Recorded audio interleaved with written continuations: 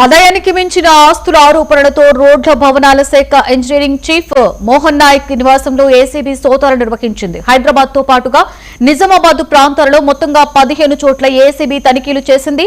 ఇవాళ ఉదయం 6 గంటల నుండి ఏసీబీ అధికారులు బృందాలుగా విడిపోయే సోదాలు నిర్వహించారు. ఆర్ఎండ్బీ శాఖ ఈఎన్సీ మోహన్ నాయక్ నివాసం, కార్యాలయం, ఆయన బంధువుల ఇళ్లలో ఏకకాలంలో తనిఖీలు చేపట్టారు. హైదరాబాద్ లోని మియాపూర్ వసంత్ విహార్ లోని నివాసం, నిజామాబాద్ తో సహా 15 చోట్ల దాడులు చేశారు. ముఖ్యంగా ప్రభుత్వం నుండి వచ్చే కాంట్రాక్టులను తన స్నేహితులు, బంధువులకే ఇచ్చారనే ఆరోపణలపై ఏసీబీ అధికారులు తనిఖీలు చేశారు.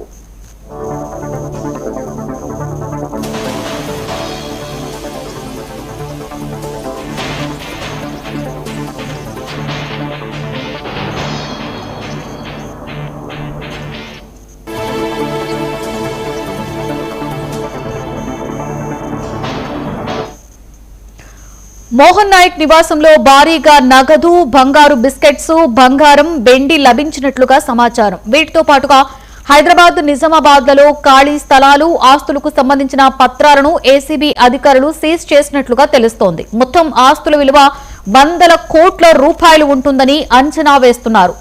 ఆదాయానికి మించిన ఆస్తుల ఆరోపణలపై మోహన్ నాయక్ నివాసం, కార్యాలయాలలో అవినీతి నిరోధక శాఖకు చెందిన అనేక బృందాలు సోదాలు నిర్వహించాయని ACB joint director Praveen Kumar పేర్కొన్నారు.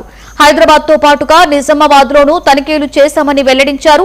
నగదు, బంగారు బిస్కెట్స్ ని సీజ్ చేసినట్లుగా వెల్లడించారు. ఆస్తుల పత్రాలను కూడా గుర్తించామని తెలిపారు.